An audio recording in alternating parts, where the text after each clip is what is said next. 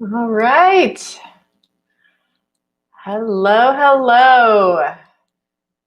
Welcome. I'm going to give people a few minutes to come on. Dina, how's sound okay? Give me a little text in the chat.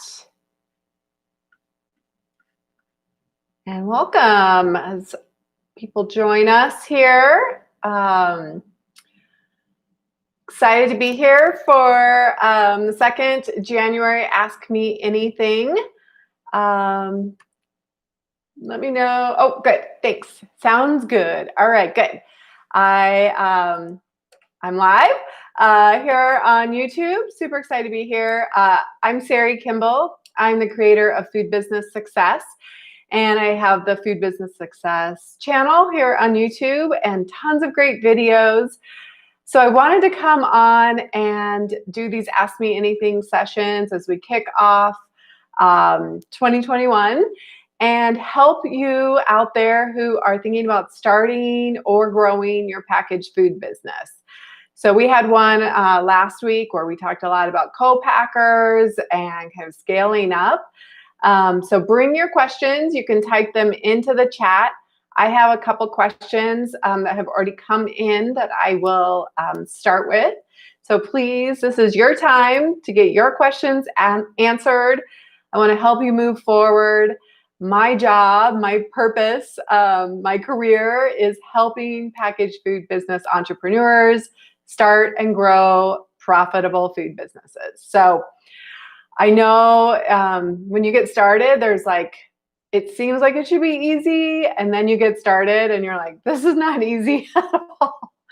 And that's because starting a food business is so much harder than many other types of businesses. We have FDA registration and oversight and regulations. There's the health departments. There's just a number of factors. I always say, the example I use is if you want to start a scarf business, you just have to knit a bunch of scarves, and that's and you're in business, right? You need 0 licenses for that, or almost 0. And when you start a food business, there's a lot more involved. So please feel free to ask your questions, type them into the chat, and I'm going to get started with the first question that has already been submitted. So Sabina asked, what are the food trends you see going into 2021? And this is fun. I definitely love to keep up on food trends. We're still seeing plant-based as a big thing. Obviously with COVID, delivery and creating experiences, I think, is really a big piece of the food trends in 2021.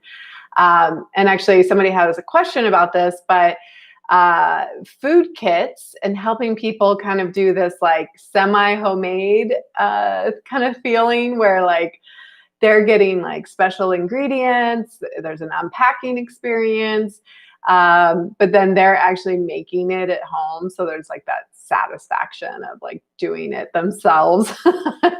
That you provided all of the things for them. So I'm going to talk about meal kits. That was one of the questions, but that's definitely, we're seeing that around some trends, virtual kitchens, virtual cooking. I saw that pasta is the new sourdough. So making your homemade pasta, which is actually super easy, but I used to make pasta all the time. What else? Things I think that quality over quantity in our meats. So heritage cows, there's heritage cow milk, knowing where our animal products are coming from. There is kind of a desire to switch to some more plant-based, but then how do we also, when we do eat meat, make it more responsible? African flavors, when you're talking about flavors, is a big one that we're seeing for 2021. Alternative flours, certainly still keto is a big one. I'm trying to think if there's some other ones. Pickling and fermenting and functional foods. So especially as we're focused more on our health and our immune system, foods that can bolster our immunity and our health and our overall just feeling better, our guts and all of that good stuff, right? Our probiotics. So things that foods that have an added benefit beyond just tasting good. And certainly I think that's true in general in that we know that millennials and generations coming up behind them really value those experiences and that connection. So maybe it's connection through like, I know what kind of a breed of cow this is or a pig, but it's unique varieties of like maybe corn or something like that, right? Like blue corn or I'm trying to think of the color now. It's escaping me. Like there's some other corn varieties, but those kind of things, or products that have benefits. So are you giving back a percentage of profits to an organization? Are you using, some labor that maybe is like you're helping a nonprofit give people job skills and things like that. So a great example of this, she's actually on my board for Colorado Food Works, but Impact Bars is a female brand. B Corps are trending. Someone wrote in. So Impact Bars is a great example of like a female energy bar. It's like their customer is women and they know their target customer really well, but it's all about like empowering young women. And there's a lot of mission behind that. So it's a great example.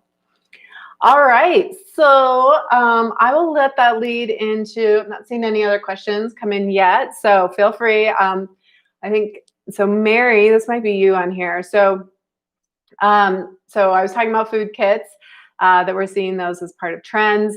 So Mary, you wrote in food product kits, not full meal kits, but specific recipes, dessert, snacks. They all have pre-measured ingredients in the kit. So what are the legalities? What do you need to know about that? So yes, I think it's great. I'm actually working on a project now where for a client where we're doing a baking kit like that. You can absolutely definitely go in to a commercial kitchen under a license, a commercial license. Either a wholesale license or a retail food establishment license, and do those kind of individually, packaged, portioned kits. You can use the vacuum sealer. That's fine. So what you need to know about that is it's really going to depend. What's going to trip you up is, or create complications, I should say, is that's the kinds of ingredients that you use. So there's kind of a hierarchy of not potentially hazardous food. So those would be anything flour, sugar, baking soda, right? Shelf stable, dry ingredients. There's also acidified food, which actually has like its whole own category. So, like a raw vinegar would be fine, but I don't know why you would be doing like kimchi or pickles or something like that. Like, I'm assuming you're probably not. But those are its own category. And then potentially hazardous foods. So anything like milk or sour cream or cream cheese, refrigerated salsa,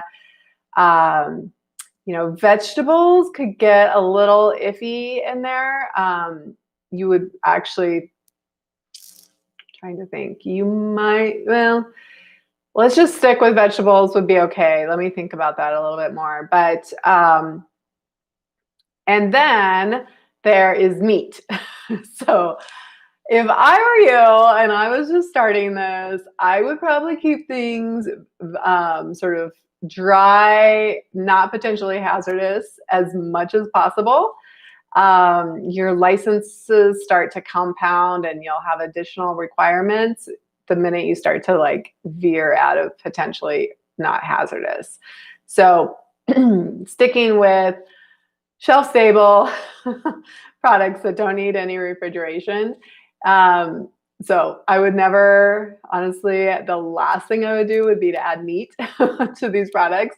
You need to be under USDA super, you need to have certification or be in a facility that has a USDA inspector. So hopefully that helps at least kind of get your wheels turning. I think it's a great idea. I think I would just, anything like an egg or cheese or meat, even vegetables. I'm just worried about like the shipping and the turnover for things like vegetables. You would have some issues with, like, you would have to go in and make them, that day or the day before, and then get them shipped out with cold packs and things like that. So every time if you add refrigeration, if you add potentially hazardous food, if you add meat, it's just going to add more complications. So I would keep it simple. Just do pre-packaged, pre-portions ingredients that are not potentially hazardous. And yes, you'll be okay. And if you're on this video, let me know what state you're in, because that makes a difference. I certainly don't know every state law, but every state is super different when it comes to, I shouldn't say super different, but states are different from each other sometimes when it comes to licensing. All right. So that was Mary's question. And then Frank had a question. And again, if you guys have any questions, just type them into the chat. So Frank had a question about good resources for identifying, so speaking of licenses, the types of state business licenses, local tax filings, DBA, local health department. Oh, Frank, I so wish. I wish that there was one resource I could give you, but there's not. It is all over the place. It's a mess. And the thing is that, so just as like a high, like step back, go up to like 60,000 feet level, there's the FDA, and they're the federal oversight for food, and they control or oversee nutritional facts panels, so all your nutritional information, health claims. So anytime if you have a functional food and you want to make a health claim, you want to be really, really careful. Food safety, of course. Facility registration, labeling. So they're kind of the high level, and then they sort of farm out a lot of some of the responsibility, all the licensing responsibility, let's just say, all the licensing responsibility to the states. And then depending on your state, sometimes the state then farms it out to the counties and even the cities, and sometimes not. Sometimes it just stays within the state. So the way, for instance, I'm in Colorado. So when you have a food business, you're going to have to make sure you're in compliance with FDA on the labeling and the nutrition facts panel and all that good stuff. And then you're going to have a license. You're going to get a wholesale license through the state of Colorado. And then if you're doing direct to consumer, potentially hazardous foods, so things that need to be refrigerated, then you also need a county license. So that's just for like the food license to sell the product. Now I have a client in Arizona, and it's just one license through the state, or actually it might be through their county. Now I'm thinking about it. So it really can vary. I have another client in New York, and that's through the Department of Agriculture. So, so first I hate to say like Google it, but unfortunately, so here's some of the search terms that you want. So it's important to differentiate that you have a packaged food for home consumption or prepackaged food for home consumption. So anytime you're dealing with state taxes or city taxes, any kind of sales tax, or you're talking to your health department, so all the food licensing goes through the health department. You want to be sure that they understand that you have a prepackaged food for home consumption. Licenses are typically different and taxes are different for ready to eat food. So that is like hot food that you would get at a restaurant or a food truck, something like that. So it's ready to eat versus it's in a package. Right? So that's the difference.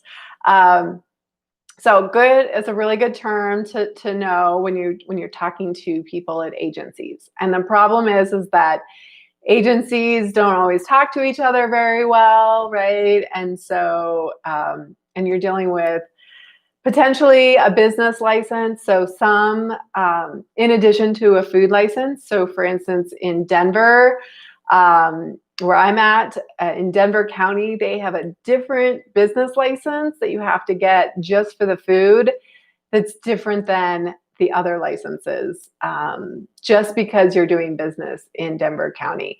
So you want to do thorough searching around like a food license for prepackaged food, a business license, because some counties or cities might require it. And then also look up your tax. Do you do sales tax for city, state, or county? A lot of states exempt prepackaged food. And then a lot of counties do, and some cities do. So you want to do thorough searches, and honestly, just calling them or emailing them might be the best way to go. But I've actually had really great service from my Colorado Department of Health and Environmental, CDPHE, Colorado Department of Health and Environment. So I would say, hopefully, in general, you can get a hold of some great folks. I also think that the Small Business Development Center is a great resource for these kind of things, especially around like filing an LLC or a trade name. Those are going to be with your Secretary of State. And we can always, I have a question coming in, so I'm going to answer that, but we can always talk about LLCs or trade names and trademarks and things like that too. So I think I answered it in that it's confusing and it's a pain. Honestly, and Frank, you're inside food business success, so I appreciate the question, and I'm sure it's helpful for other people, but you just joined, so you and I are going to do that together, and we're going to make sure that you are all taken care of and fully legal, because that's what we do inside food business success, is help you with all of these crazy pieces. Like I said, start a scarf business, super easy. You just need a sales tax license. Start a food business, way harder. All right, now we're getting into some food science stuff, which is fun. How and when does shelf life testing for flavor, texture, and spoilage come into play when going from a kitchen test batch to a scaled up product produced by a co-packer? And if you don't mind clarifying for me, is that a home kitchen or are you in a commercial kitchen? Now, I'm going to just share a little story, a little learning that happened recently with a client of mine. We are scaling up his salsa from, it's a refrigerated salsa. His package is back there, but refrigerated salsa, so it doesn't go through any heat kill step. So it is a potentially hazardous food. And based on like what I know about other salsas, we should have at least 3-week shelf life. So he brought me some samples because we got the new packaging and we were excited to see it in the packaging and the labels and all of that. So he brought me, oh great, that helps me a lot. So this is actually very relevant to you, depending on what your product is. And actually, if you want to tell me what your product is in general, that's also really helpful. I can be more specific.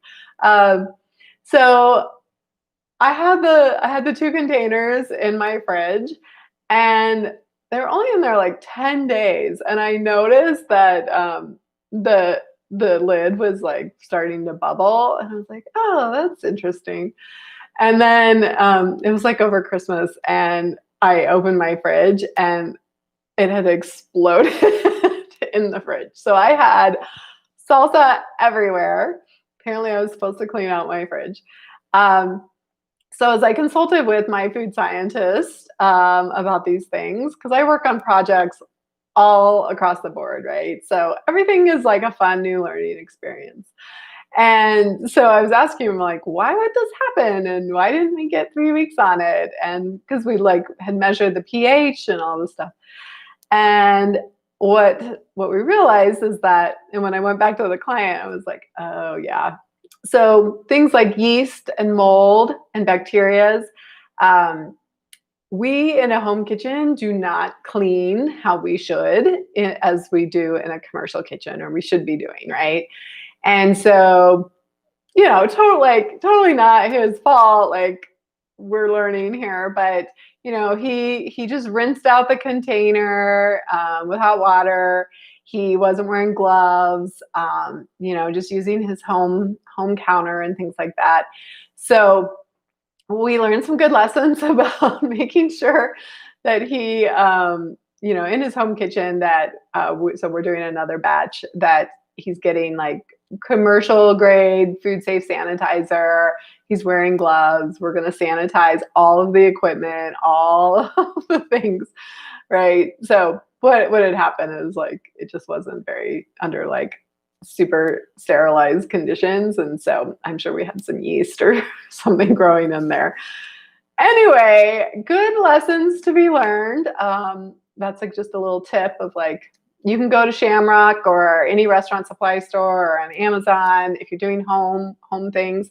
Like, I know I had to take this food safety class, and they spray this thing on your hands, and then you go and wash your hands to see how clean you can get them. And like, you're really scrubbing, you're paying attention, probably even like way more than usual, right?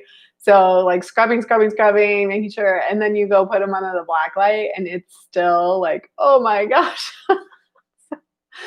So your home kitchen is like, I mean, they say that you're more likely to get food poisoning from your home kitchen than a restaurant. Anyway, I divert just a little bit. Okay, so shelf life testing. So the two things that you're really testing for when we're talking about shelf life is water activity and pH. And so there's certain levels depending on the product. Plant-based cheese sauce. So the lentil-based pasta mac. Awesome. Yeah, need to find a manufacturer for the pasta since I want a custom blend. So, yeah, I mean, the pasta should have a really long shelf life. Most likely, I mean, the cheese sauce is probably your biggest thing. So what I would suggest first is that you, and maybe you've already done this, but you run, so a shelf life study is a professional length of time study where they are going to do actual testing of the product. But you can totally do a run in your own house. So there is what's called an accelerated shelf life, but it only works for some products, and all they're doing is heating it up to extremes to try to accelerate the process. So it's not even that like great of a test, and it's way more expensive. So literally when you go to a food science lab, you're going to bring like 12 samples of your product, and depending on the product, depending on how frequently they're going to test it, but they're going to take a sample out every week, and then, or every month, or however long you're, whatever you decide. And they're going to take a new sample, and then they're going to test it for water activity and pH, and they could also run some like bacteria mold tests. So that's what a shelf life study is. You can base your product as long as it's like similar ingredients. You can kind of benchmark it against other products that are similar in the marketplace. But of course, if you want to feel like 100%, like with your cheese sauce, that you feel like when it's going to turn. But honestly, then you might want to go ahead and get it tested professionally. But honestly, I would start with your own, make up 12 samples and keep them in the refrigerator. I'm assuming it's a refrigerated sauce. Or if you want to go shelf stable, which you did, I think you asked for that, shelf life, or no, you didn't ask for shelf stable. So that's a little bit different, a whole other ball game. But yeah, just do a shelf life study all on your own. And really, when we put a best by date on there, all we're saying is that a lot of times it's not the safety of the product. It's more, shelf stable. Okay.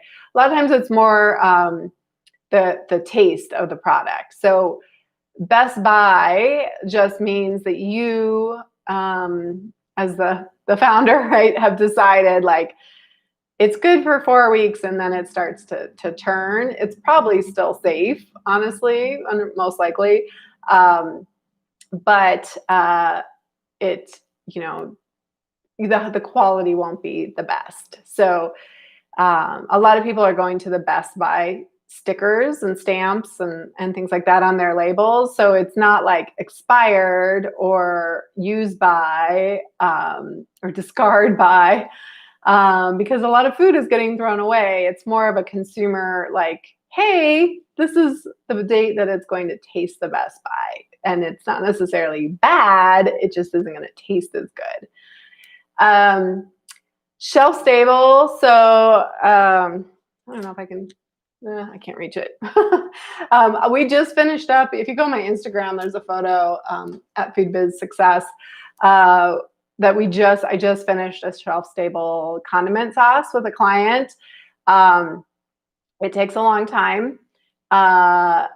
So it's, you're definitely going to want to work with a food scientist or your co-packer or something like that. I'd be happy. I have some great recommendations if you want to DM me over on Instagram.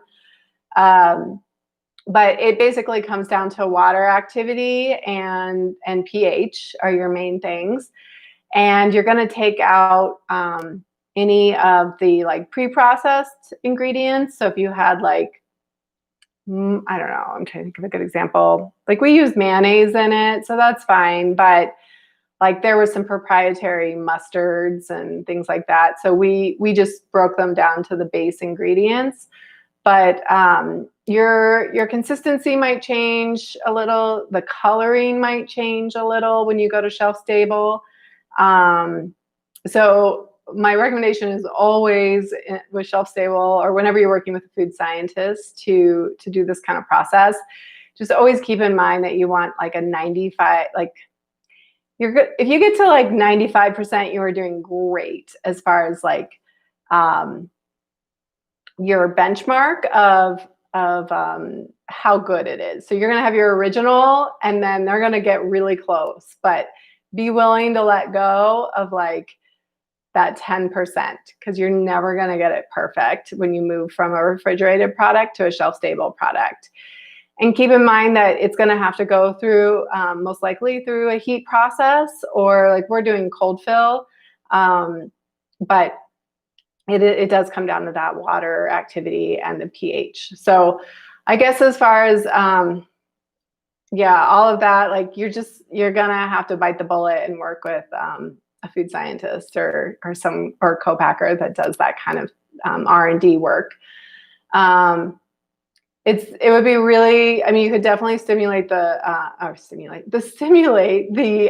refrigerated product at home, but I mean, you're going to want to get it tested and you're going to want to see, you're going to have to file what's called a process authority Even though it may not be an acidified food, you're still going to have to get it validated by a process authority.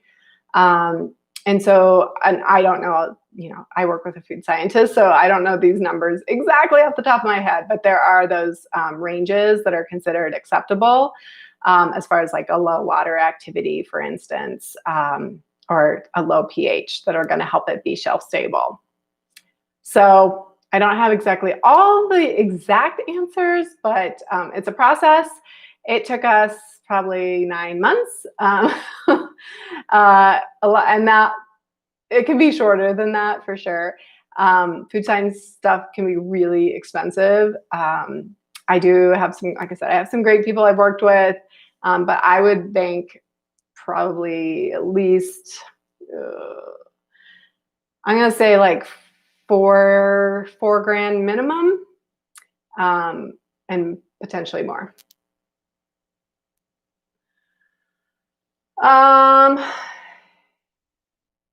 The high pressure sealing, yeah, I don't believe Colorado has a high pressure. I know you're talking about the sealing for that, where you can do that, like the almost like a vacuum seal. I don't believe we have any. And honestly, your minimums are going to be outrageous. Sorry, the sun's coming in all of a sudden. It got really bright. So that's, there are some awesome materials and packaging out there that can help with that shelf life piece, but they just are not viable for small producers at all. I mean, and especially with COVID, hang on, I'm just gonna shut, don't mind me really quick. There we go. Okay. I should have thought about that ahead of time. Yeah, sorry. I was talking about, yeah, the minimums are just ridiculous. And because of COVID, I mean, the wait times are so high. So if you have the money, go and start one of these plants because they're desperately needed. But finding a co-packer for a small scale can be really challenging. And actually the last video from last Tuesday, on the 12th, I think, we talked a lot about co-packers, and I put out a video just before the end of the year all about co-packing and things you need to know. All right, great questions, you guys. What should be the main focus when you have a product you want to put on the market? Business plan, market analysis, licensing, certification, or start by talking to me? Yeah, I mean, I think I'm going to say start by talking to me first, but I guess, as you're trying to decide, like, do I want to actually do this? Before you start paying money, for a program like Food Business Success or working with me one-on-one, or spending any money for your, on your product and investing in packaging or markets or anything like that. What I always say is that, and Ray, if you want to tell me what and welcome, you're in Hawaii. Hi. I have another client in Hawaii. If you don't mind sharing with me what product you have, it always helps me to be a little specific. But first of all, it's going to really depend on your product type. That is probably one of the big things that can determine like which direction and where to go first. And then the second thing I always tell people is it depends on your goals. So what are the sales channels that you want to focus on right out of the gate? And I always like to say, look like near term, like in the first year, and then what's maybe like the 3-year vision. Because everybody's so different, right? And so you might have a goal. I have people that are like, I just want to do farmers markets. That's all I want to do. Like, great. Okay, let's do that. And then I have people that say, I want to start at a farmers market, but I want to get on store shelves. I want to go on Amazon, within 3 years. So it really helps us to make better decisions if we at least have an idea of where you think you want to go with it. Of course, it can change and we can always figure it out. But Your path may adjust a little bit, and we want to tweak that to optimize it and spend the money in the right places and don't get licenses we don't need yet and things like that, depending on what your goals are. So that being said, with licensing, well, I guess where I would start. So this may be like unpopular, but I don't really believe, I stay away from business plans. I use something called the Lean Business Canvas model in food business success, and it's a one-pager that gets everything that you would do in a business plan onto one sheet of paper that will help guide you and help you start making decisions right away. And it's something that you can keep up for reference. I feel like business plans are, oh, I have a train there. I feel like business plans are sometimes a great way for people to procrastinate and put all of this energy into this document that basically expires as soon as it's on a shelf, right? It, like, as soon as you finish it, it's like needs to be rewritten. And so unless you're going for a loan, which oftentimes does require a business plan, I'm not a huge fan. I don't think that it's the right place to put your energy. But that said, you need a guiding, like, what is your goals? Who's your competition? What are going to be some of your key indicators for success? Yes, Mary says lean business plans are the best. They are great. And they're so easy to revise and update, right? We don't have to go back. I think business plans just feel heavy. Like when I think of business plan, I'm like, ugh. It feels heavy and cumbersome, and it's going to take a long time. And so I think people just don't get started. Either they just procrastinate. Either they work too much on the business plan and that's all they focus on, or they just don't want to get started at all because they think they have to have a business plan, this big binder, and that feels overwhelming. I do think it's important to try to test your market demand and your competition. So if you're just like, I don't know, like if you're just completely clueless about your who else is doing what you're doing on the market, and sometimes things are like way out there. And when a product requires a ton of education, you're going to have an education problem. Like you're going to end up spending a lot of resources on educating it. So the spectrum is like let's say, I'm trying to think of a good example. It's like something with, I don't know, mushroom powder and collagen or something, right? And it's like a whole new thing that we have to teach people how to use this product, and it's very foreign to people, and they don't even know what they're looking at or what they would do with it. And then you have the other end of the spectrum where it's like, oh my gosh, does the world really need one more hot sauce, right? But you're like, but it's an amazing hot sauce. And so there needs to be some market validation. And what usually happens is that people go and ask their friends and family and say, hey, would you buy my hot sauce? And they're like, yeah, of course we would. And you're like, would you pay $8 for it? And people are like, yeah. and then you like go through all the work and you put out the product and then nobody buys it for $8, right? And so I do think that it is worth putting some resources, if you have them, into market validation, market research, and understanding what your budget and your costs are going to be around either education or differentiating yourself in the marketplace, right? Because you're going to have a lot of competition. So I did a podcast. Oh, Dina, maybe you can find that podcast link for the one with Lara Fortis. She is great. She does.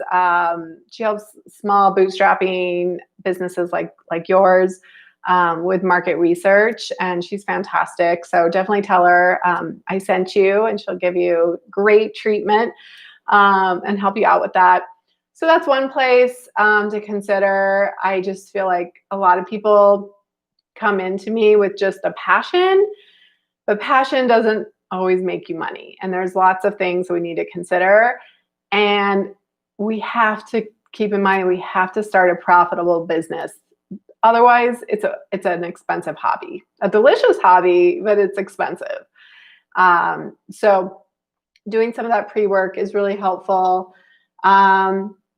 And then, the licensing and certification, this is where I say, like, if you're serious, if you're like, yes, I'm willing to spend the money on this, I'm willing to invest the money, join Food Business Success. Like, you don't need to be an expert. I think I'll say it this way, that when I work with a lot of people who have never been entrepreneurs before. I work with engineers and scientists and stay-at-home moms and retired folks and just teachers and college professors, like people who have never, ever been an entrepreneur. And so there's a tendency for some reason for those folks to like feel like they need to figure it all out for themselves. And then when I get entrepreneurs that come and talk to me, they're like, yeah, this is a no-brainer. Why would I spend my valuable time learning how to start a food business? I just want to get to having a food business, if that makes sense. So I think that the smartest thing you can do is work with a guide, work with an expert to get you there faster. I mean, if you want to make all the mistakes along the way and that sounds fun to you, great, like go have at it. But most people, when they finally decide and like they're going to go all in, jump in the pool, that's when they're like, no, I need help with this. I don't want to learn everything there is. I don't want to study the FDA website. Like, that's like put you to bed reading, right? Like, do you really want to be reading the food safety manual, or do you want me to just tell you, like, here's this amazing template for food traceability. There we go. You're done, right? So I'll leave it at that. So yes, come talk to me. I guess where I always like people to get is like that they feel like, yes, there's room in the marketplace for this. And I always say, like, it's not so much about whether you can do it. Like, anything's possible. I can figure any product out. And I've done products all across the board.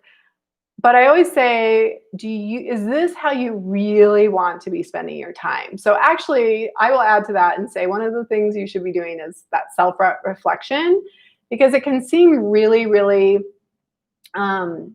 we like romanticize it in our head. And a certain amount of naivete is good, for sure, when starting a business and being idealistic about it. But have we really come to grips with, like, what is this going to take to make this a successful business over the next 3 years?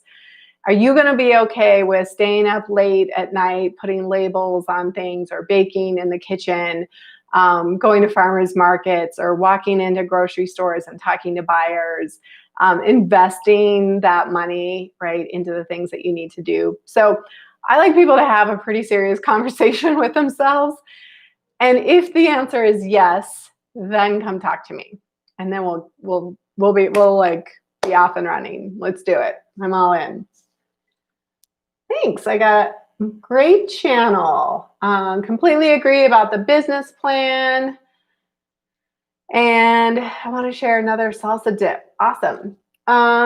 If I have a high-end product, handmade gourmet cereal. Oh, that was actually another trend. Sorry, I'm going to digress for a second, but cereal and breakfast foods are a trend for 2021. Apparently with COVID, we're all eating a lot more breakfast in. So people are looking for like gourmet cereals, literally. I read that. How much should you invest in your packaging? Packaging is very important to me. All right, great question. So yeah, packaging is super important. I will say it's going to depend a little bit on, I guess I always go back to, like, who is your target customer? Have you defined them pretty well? And for instance, like I have a keto granola client, and it's expensive. It's not cheap. And it's because it has 5 premium nuts. Like I have to say that every time we're on a call, including macadamia nuts, which are very expensive. So we already know that this is a premium product, and it is made for a certain target customer who has, a certain income level and access to this kind of food. So we purposely chose a packaging that does have like a matte, more luxurious feel. The printing just looks like that much better on it as well. So we did invest a little bit more into the packaging because we felt like in order to it's kind of like when you buy an iPhone. If you buy an iPhone, right? Like if you're an iPhone person, you are a certain target customer, and we have these expectations about the unboxing experience with iPhone. And they definitely put a lot of thought and care into their packaging. And even though like I put it in my drawer, like after I never touched the packaging again, but there is that like experience of interacting with the packaging. But that said, I mean, I always like to start with like a minimum viable product. Like what's going to get your product? It's in a package, it's legal, it's branded, it's as beautifully done as you can afford at this time. And I work with 2 of the most amazing designers, if you're interested, and they both work in CPG, which is the business that you guys are in, consumer packaged goods. So reach out to me through Instagram, DM me if you're interested in my graphic designers. But I do think it's really important to spend a little bit more money on a graphic designer. Do not just go get a logo from Fiverr. Do not just lay out your labels on Canva, if at all possible. I mean, if you're starting in a farmer's market, fine. Like Avery Labels, go to Uline or clearbags.com or wherever and get whatever you need to like get it onto your table and start selling it and learn and tweak and figure it out. But if you're like ready to go onto store shelves, you're going to go on Amazon. Yeah, you do need to invest more into your branding, into your packaging. I always say that packaging is, when you're in a farmer's market, you're there, you can talk about your food, you can talk about your packaging or your product, and the packaging doesn't matter as much, right? But when you're not there, when you're relying on that first image that people see on Amazon, or you're relying on the grocery store shelf where it's a crowded space and there's lots of other products there, like what is going to help your product stand out? I mean, so packaging is really, you have to connect with them. You have to communicate with them, tell them all the benefits, like really speak their language if they're your target customer. And then you need to convert, right? So you got to get the package into the shopping cart, whether it's virtual or a physical cart. So if you have a gourmet cereal and you're commanding a gourmet price, my answer is yes, you're going to need to, if you're going on store shelves or onto Amazon, invest in a good designer. I have great designers that don't charge agency prices. So, there are designers out there that will charge $10K, $14K. That's not what my folks charge. But do more than your brother-in-law or your niece or or Fiverr. And just always remember that I think when you work with a designer that's not in CPG, what happens is that they design a package based on beauty, and the FDA compliance gets lost. And so I do FDA compliance reviews for labels. And I will tell you that almost every product out there has mistakes on them. And so I try to help you not have those mistakes. But it really is great. I love working with my designers because I bring the compliance and then we work the marketing and the branding around that. The FDA says that marketing is not a reason to not be in compliance, right? Oh, you guys have some great questions. I can't believe, wow, it's almost been an hour. And we'll go for another, 10 minutes here. So, where am I going to start? I'm trying to find where the last one was. Somebody asked about finding a local co-packer where they're at. There's directories on like Specialty Food Association. There's, now it's going to totally slip my mind. Go and watch that co-packing video on YouTube. It was like mid-December. I'm pretty sure there's a link in there, or I mentioned, because it's totally escaping me right now. But there is another company that will help find co-packers. Sometimes by state, if you go to a state, like you're in California, so the California Department of Ag, sometimes they list co-packers, or the health department might have resources. But honestly, it's a lot of asking around, and then like just using resources, who if you join if you're not already in the Food Business Success private Facebook group, I definitely want to recommend you guys all go and join that group. That's a great question you can also pose over there to see if anybody else can help you, but it's a lot of networking. I'd highly recommend joining some groups also, like there's Naturally Bay Area. I think there's another one in California too, but now everything's virtual. So, you can go to Naturally Chicago or Naturally Boulder or Naturally Austin, right? So getting involved in some of those organizations too, because so much of this industry is just like who you know and asking the right people and having a network. So build your network for sure.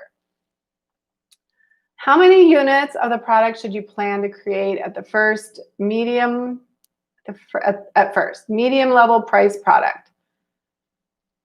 Well, it's hard to answer that question without knowing where you're going, a sales channel. But if I would say a couple of hundred. Like if it's a farmer's market or you're just doing e-commerce, like a couple hundred units. If you're going on Amazon, you obviously want to prepare, and some of it depends on like, is this shelf stable? Is this refrigerated? Obviously, if it's refrigerated and it has a short shelf life, a short expiration, then no, I would not do that many at all. So, and then, are you going into grocery stores? How many accounts do you have? I would say if I just had a blanket answer, I'd say a couple hundred, but a lot of it depends on the product and where it's going. All right, so I know there's a question about nuts, buying nuts for granola in Africa. I don't know anything about buying, like as far as Africa specifically. When we're looking for ingredients, you can always look for wholesalers that maybe will do pickup, where you can go and pick up. Obviously, you're not going to be able to get delivery usually. So you could look at wholesale, like Restaurant Supply, or we have Cisco here in the States, or Shamrock, or some of those kind of brands. But so you could definitely look there. You could look at, there's nuts.com. I have some clients that get stuff there. You can also reach out to the actual growers, manufacturers, and see if you can get wholesale pricing and then work out shipping. Otherwise, we will just do like Google searches for like nuts bulk wholesale kind of thing and try to find the cheapest pricing.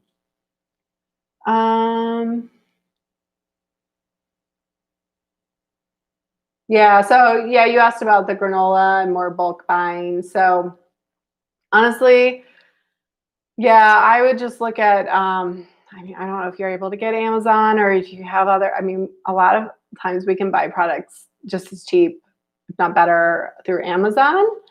So that might be, I would say just look for online sources and see what you can get delivered into your country, into your area for low or maybe no shipping.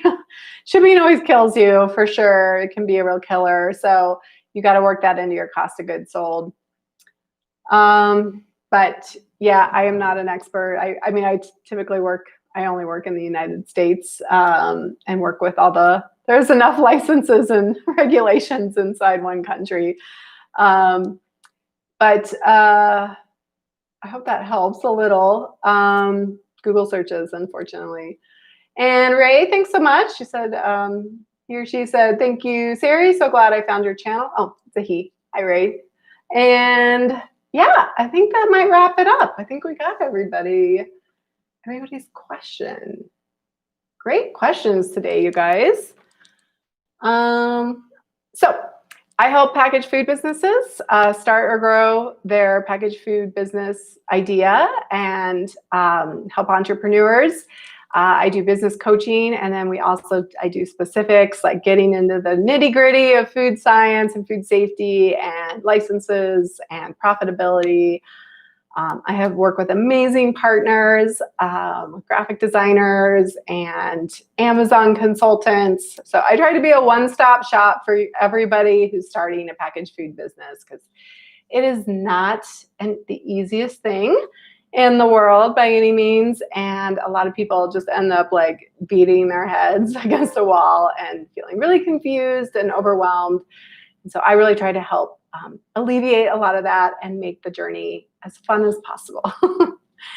All right, you guys, have an amazing day. Go check out the podcast, Food Business Success. Also go check out the YouTube channel. There's a ton of videos on all sorts of topics around starting a packaged food business. Go apply for Food Business Success. Check out the resources over there. Thank you everyone for joining me today, and I hope you have a fantastic week. Bye.